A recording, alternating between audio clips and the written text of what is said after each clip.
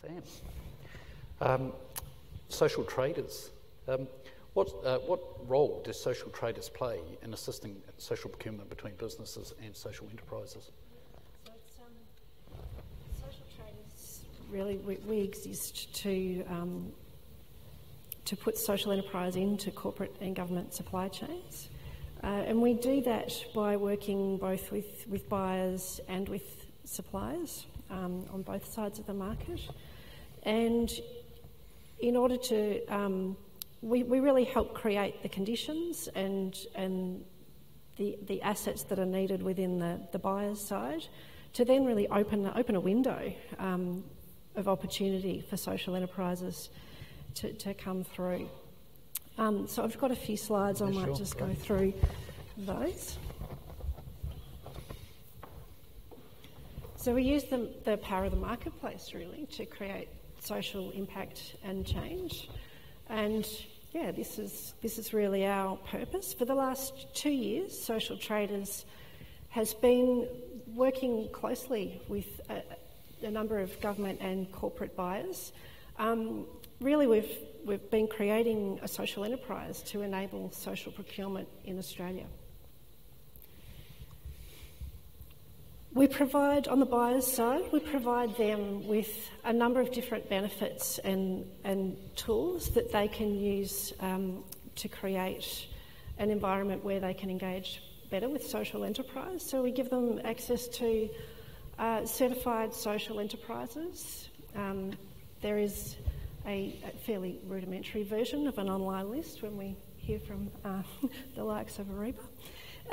We also run networking events which have been incredibly impactful in actually generating outcomes. So often networking events are really nice to have a chat, but we've seen millions of dollars well, not millions, but we've seen hundreds of thousands of dollars worth of deals actually flow from a single networking event where we've structured it very carefully to generate that.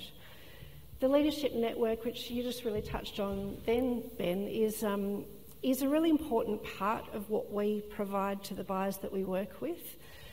So they really value networking with each other. They've actually worked together on particular initiatives, and I do believe that two of our members, which is Westpac and Australia Post, have actually done.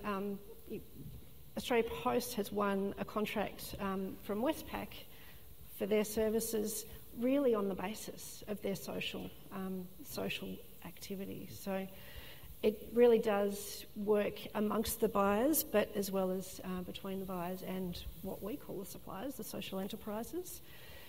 That network also provides those organisations with a platform to communicate their wins and achievements. The other thing that we do to help buyers, which we find is really important because it's something that they otherwise struggle with, and that's the social impact reporting. So we're just really testing a very simple measure and being able to provide corporates and government buyers with a social impact per dollar spend with each organisation that they spend through the supply chain. It's very simple, very high level, but really that's what we find that the buyers need. The fourth area that we support buyers in particularly is engagement and awareness internally. So often there is an important aspect to generating outcomes through the supply chain, and that's engaging all of the people that are involved in the decision making. It's also communicating more broadly throughout the organisation to get a bit of a buzz happening and to get people looking out for opportunities within their own world, whether they're in procurement or whether they're actually just ordering flowers for someone that's leaving the organisation. So it can be, big spend or small spend. We run social procurement training and we provide workshops and different assets to our buyers to help them with those kinds of things.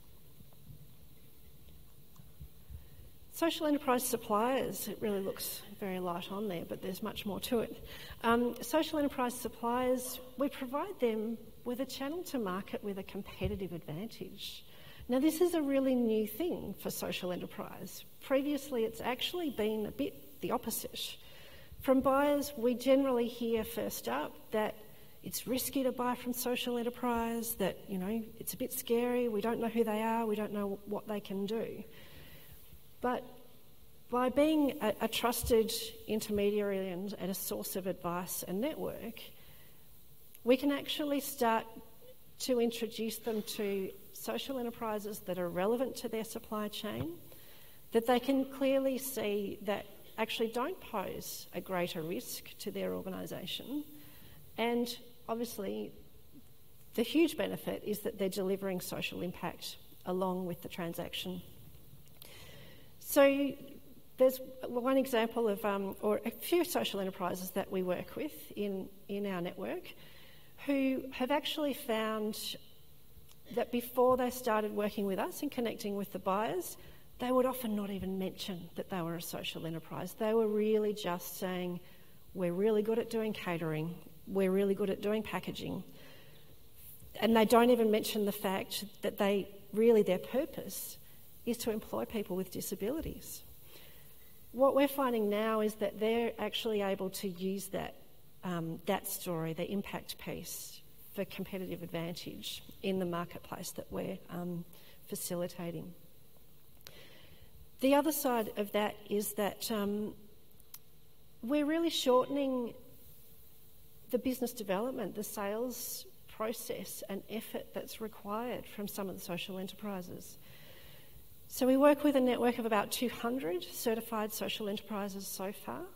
By the way, if there's any social enterprises out there that are not certified with us and they operate in Australia, it's a really good idea to go to our website and apply.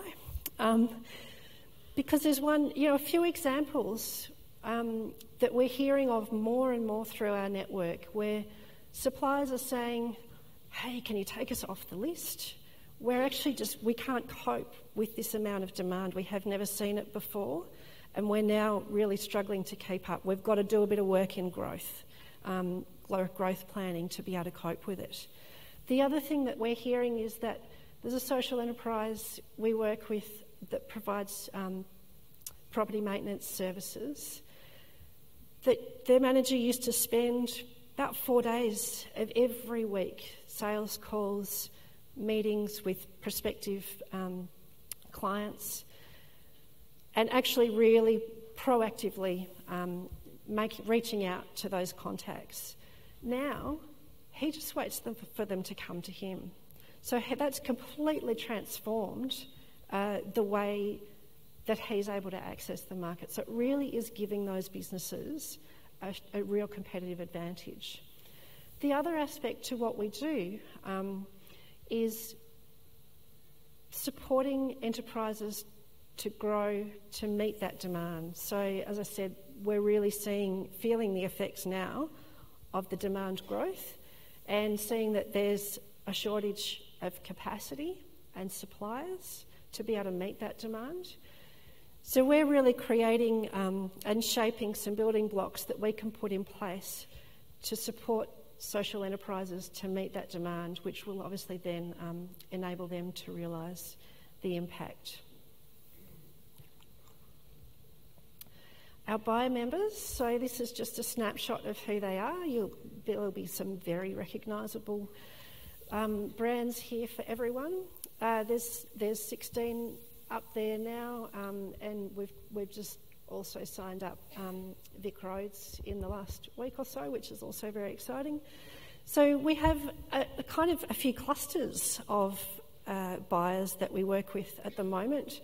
So there's an area, there's a sector which is in property, there's banking, and we often actually put Australia Post sort of broadly with that group because their drivers are actually very similar. But you'll also notice that there's a construction element in there, pretty strong, from McConnell Dow, CPB, John Holland, Lang O'Rourke, and Boral, who is obviously one of the key suppliers to those organisations. That's really been driven from particularly the Victorian state government, inserting clauses into contracts and into enabling a competitive process around social impact. So the $30 billion procurement pipeline of infrastructure projects that's really kicking off in Victoria now and well underway, all of those projects, pretty much all of them, have a 3% spend target with either social enterprise or Indigenous-owned business. That's creating a huge amount of demand. And I challenge all of the corporates and buyers out there, you know, hard targets like what New Zealand Post has set. That's what creates the transformation. When important clients ask you to do something, you really try and do it. So I'd say that's a really important element of getting this activity underway. We've facilitated, had various roles in facilitating around $15 to $20 million in the couple of years that we've been running. That's from various, sometimes that's just a rekindling and a reignition of a relationship that was sort of underway but had stalled. Sometimes that's an introduction from the start right through to actually seeing the deal done. Just a few of the outcomes that we quite like to pull on. So Salvo's Legal is a social enterprise legal firm in Australia, and as a result of being presenting at one of our events, they sort of pretty quickly became part of Australia Post's legal services panel. Mates on the Move have partnered with Mirvac to collect coffee cups across Sydney in a waste minimisation initiative. So Mates on the Move employ ex-offenders, and they put the coffee cups in the trucks and they drive them around. So that actually applies to not only Mirvac's headquarters in Sydney, but actually to all their major tenants. So that gives visibility to a lot of corporates. Yarraview Nursery supplied plants for landscaping on one of the level crossing removals projects. So that's a part of the infrastructure spend. So they're gearing up for more of the same because they're getting a lot of demand from all of those construction projects. Similarly, Tri-Build have designed and fitted out shipping containers, and they're appearing on lots of those work sites in various guises. So there's just a few of the examples that we've seen coming through, and there are many, many more. So it's an exciting time. Wonderful. Thank you. Thank you.